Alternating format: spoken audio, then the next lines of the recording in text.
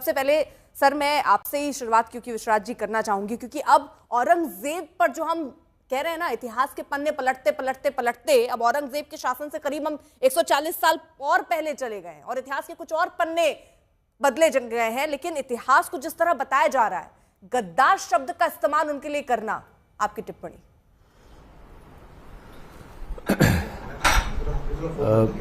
सबसे पहले मुझसे बात करने के लिए आपको धन्यवाद। और मैंने वो क्लिप तो देखी है जहाँ पे राज्यसभा में भाषण हुआ था, और जो उन्होंने कहा वो सरासर गलत बात है। और जो कहा है, जिनके बारे में कह रहे थे, उनको मेरे ख्याल से कोई अंदाज़ नहीं है, और जिस जगह में वो बात कह रहे हैं यह भी उनको अंदाज़ नहीं है, क्योंकि जिस तरह के शब्द इस्तेमाल किए गए हैं, क्या राज्यसभा, जिसे हम हाउस ऑफ एल्डर्स कहते हैं, क्या राज्यसभा में इसी स्तर के भाषण चलेंगे? और क्या इसीलिए राज्यसभा है? और जो उन्होंने कहा था महाराणा सांगा के बारे में, वो तो सरासर गलत ही है। लेकिन सर, आपको क्या लगता है, क्योंकि इतिहास को याद दिला रहे हैं और कह रहे हैं कि इतिहास के पन्ने पलटेंगे तो कई ऐसी चीजें भी सामने आ जाएंगी, जिस तरह से ये नरेशन सामने रख रहे हैं राणा सांगा को लेकर, हाँ,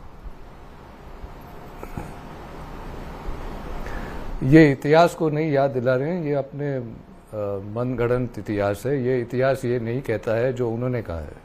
जो इतिहास कहता है वो आम तौर से, जो भी इतिहास में थोड़ी सी भी रुचि रखते हैं, वो उन सबको पता है कि बाबर का सामना और उनका विद्रोह तो महाराणा सांगा ने किया था। और उस समय जो मेवाड़ सबसे भारत में सबसे शक्तिशाली एक पावर थी यहाँ पे, और मेवाड़ के बाबर के सामने लड़े तो महाराणा सांगा ही। तो जो उन्होंने कहा था वो सरासर गलत है, और महाराणा सांगा ने एक बार पहले बाबर को हराया भी था। 1527 की बात कर रहे होंगे, वो साल इतिहास में दर्ज है, लेकिन वही बात है कि चश्मे शायद अलग अलग है, अलग अलग चश्मे से देखा जाता है। लेकिन अगर महाराणा सांगा की बात हो रही है तो उसके पीछे वजह क्या देखते हैं आप? बात जंग छिड़ी औरंगजेब की, पहुंच गए राणा सांगा पर, और इतिहास भी गलत चश्मे से देख रहे हैं, क्या वजह मानते हैं आप इसके पीछे? देख, एक तो चश्मे की बात तो मैंने, बिकॉज इतिहास के जो घटने जो रिकॉर्डेड हैं वो तो एक ऑब्जेक्टिव रिकॉर्ड हैं, तो उसमें को तो कोई दो राय नहीं हो सकते हैं।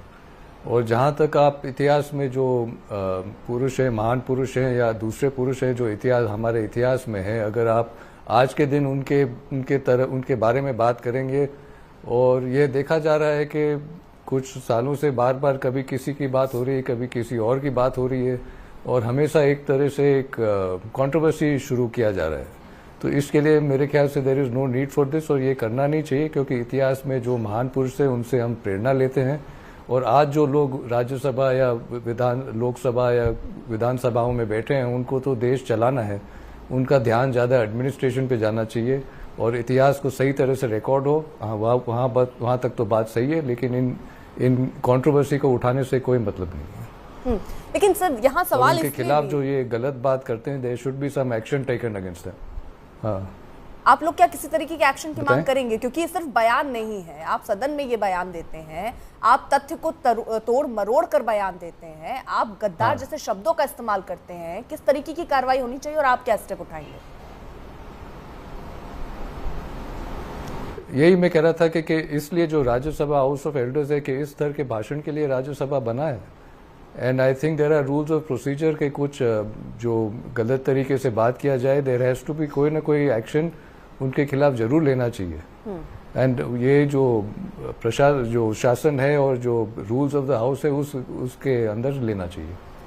चलिए सर, ठीक है। अनुराग भदौरिया भी हमारे साथ हैं। फैक्ट के जो समाज अब सब सुनते हैं ऐसी बातें, वो तो गलत।